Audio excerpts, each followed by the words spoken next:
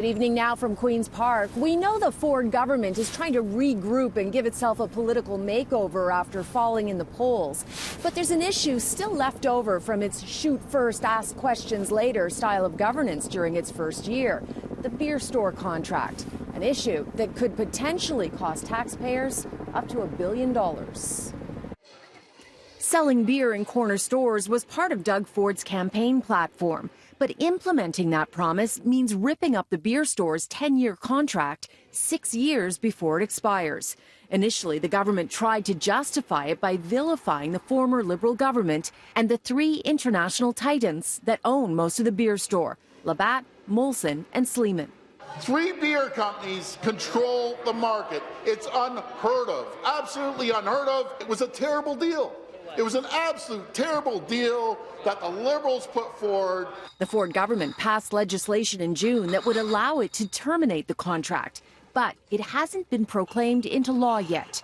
Breaking the deal could cost taxpayers up to $1 billion in penalties. Except now there is a definite shift in tone. This was Finance Minister Vic Fedeli when he was handling the file a few months ago.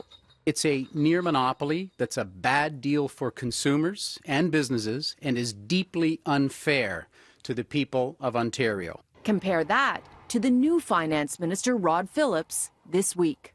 Our objective is just more convenience and choice for Ontarians. It's something we know they support. The Conservative-friendly Ontario Chamber of Commerce spoke out against breaking the beer store contract, warning it would be short-sighted and sends an alarming message to businesses. The threat of hundreds of millions in penalties was deeply unpopular with taxpayers.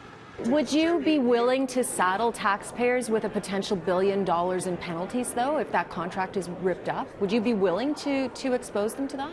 You know, there is really no need to speculate at this point. We're having conversations. Now, the beer store had promised legal action, but today it sent CityNews a statement that was softer in tone as well. It reads in part, "We are optimistic we can reach an amicable agreement."